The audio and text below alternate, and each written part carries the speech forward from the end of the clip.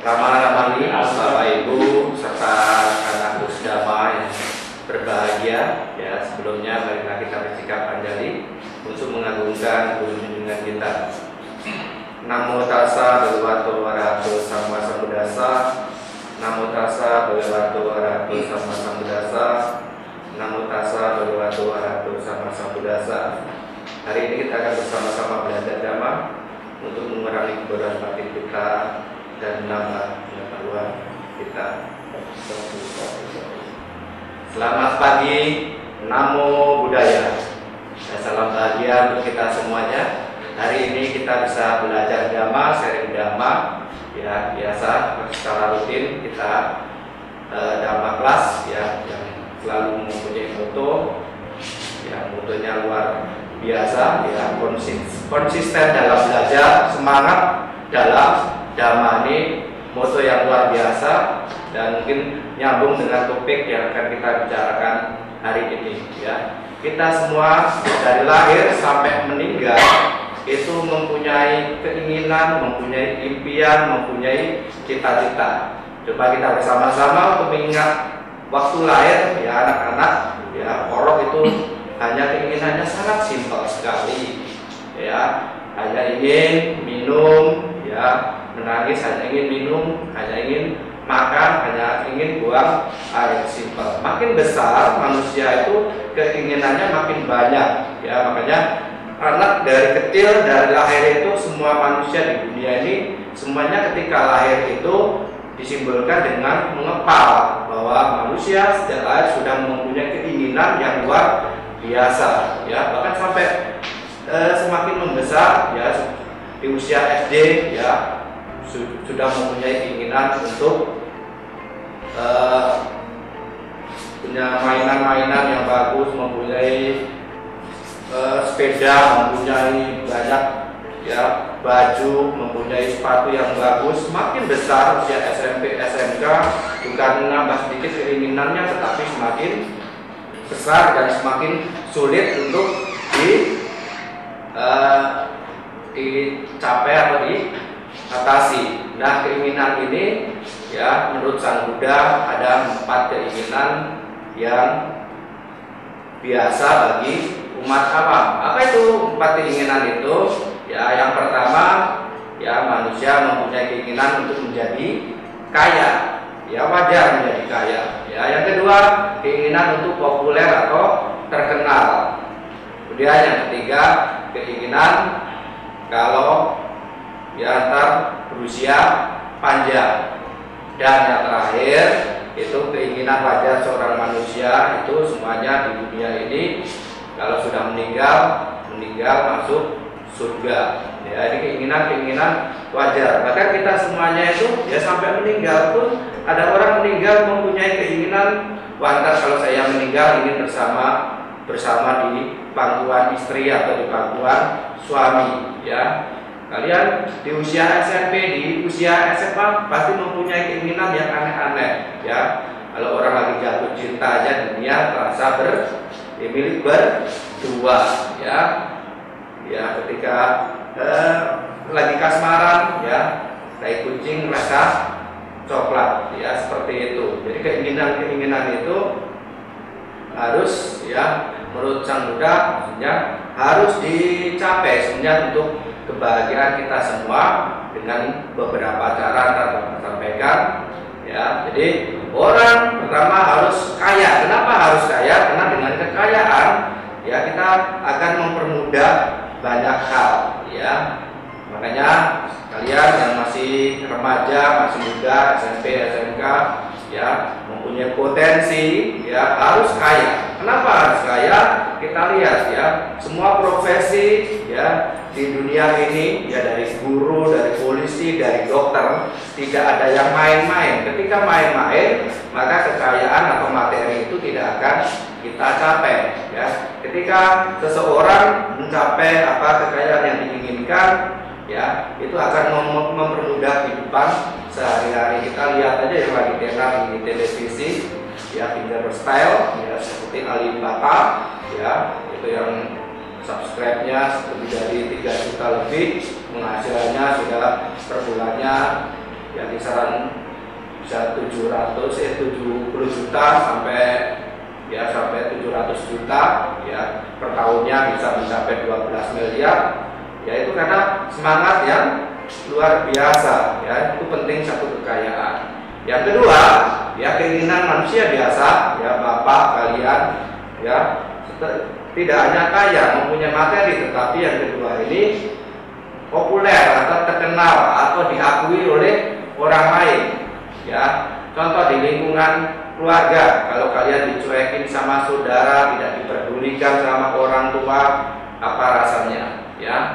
Tetapi kalau kita mempunyai potensi kekayaan, contohnya yang pertama tadi, pasti diakui di lingkungan, diakui oleh teman ya, diakui di sekolah, orang tidak akan melecehkan kita ya. Itu penting ya. Ketika kita terkenal, kita tidak menjadi sombong, tetap rendah hati ya. Kemudian yang ketiga ya, tentunya selain kaya, terkenal ya, itu yang ketiga berusia panjang ya. Penting sekali berusia panjang ya. Itu tetapi berusia panjang di sini dengan penuh kesehatan ya. Usia panjang 100 tahun tetapi sakit-sakitan juga tidak nyaman. Dan keinginan yang keempat atau yang terakhir, manusia biasa itu meninggal masuk surga ya. Tentunya ini menjadi dambaan semua orang di dunia ini ya. Kita yang hidup mungkin rata-rata ya 60-70 tahun itu sudah luar biasa ya.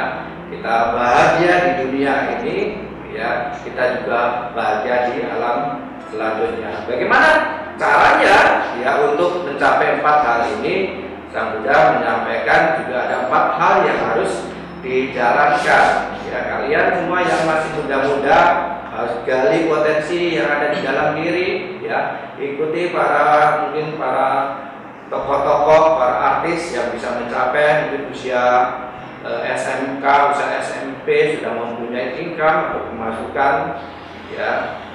Itu harus kita contoh dan dilaksanakan. Tidak hanya impian, tetapi harus menjadi kenyataan sedikit demi sedikit. Apa yang harus kita lakukan ya menurut Buddha Dhamma? Yang pertama, orang harus semangat, penting ya, semangat dalam bekerja atau dalam belajar ya.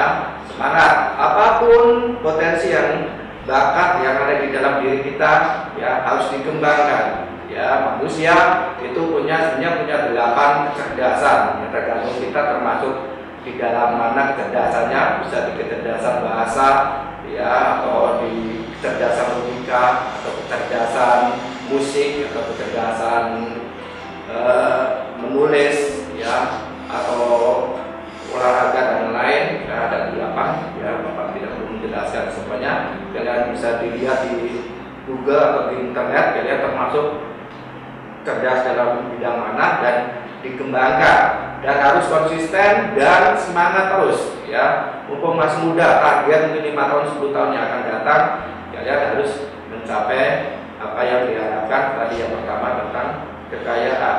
Kemudian yang kedua, setelah kita belajar atau semangat dalam bekerja, yang kedua penting itu harus menjaga kekayaan yang kita peroleh ya. Bagaimana menjaganya? Tentunya tidak harus dengan kita mempunyai kekayaan, mempunyai materi harus dikasih dengan pagar, dengan rumah yang tertutup, tidak seperti itu ya. Tetapi kita bisa menjaga dengan sila, dengan tingkah laku, dengan ucapan, dengan tindakan ya, saling menolong antar sesama ya, membantu orang yang membutuhkan. Jadi itu akan terbawa dalam keamanan di lingkungan kita ya. Dan yang ketiga ya, setelah semangat kemudian menjaga, harus mempunyai teman-teman yang baik ya. Ini tidak mudah, mencari teman itu tidak mudah ya. Ya, di dalam Tiga Wadah Sutta juga dijelaskan bagaimana mencari teman sejati ya.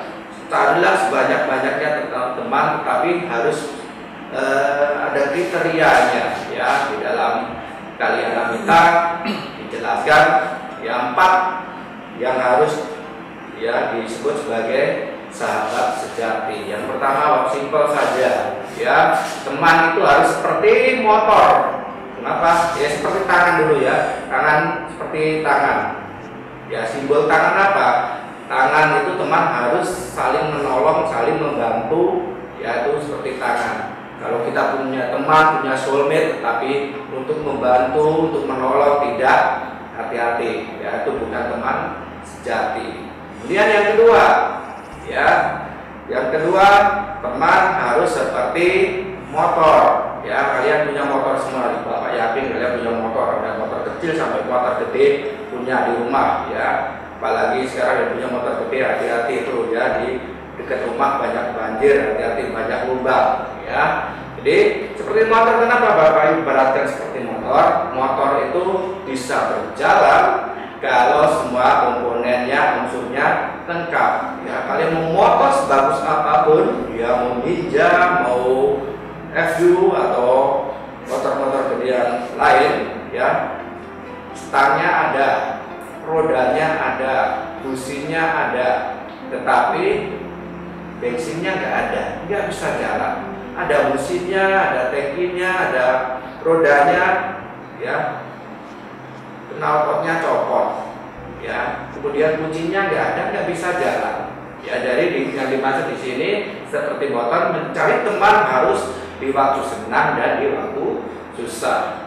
Ya tidak hanya teman yang waktu senang, waktu ulang tahun, waktu dapat rezeki. Ya kemarin dapat rezeki, dapat amplop di Imlek, ya temennya pada datang semua. Tetapi ketika menderita, jatuh, ya jatuh dari motor, tidak ada yang nengokin. Ya diputusin pacar, tidak ada yang menghibur. Ya jadi itu teman di waktu senang dan waktu susah.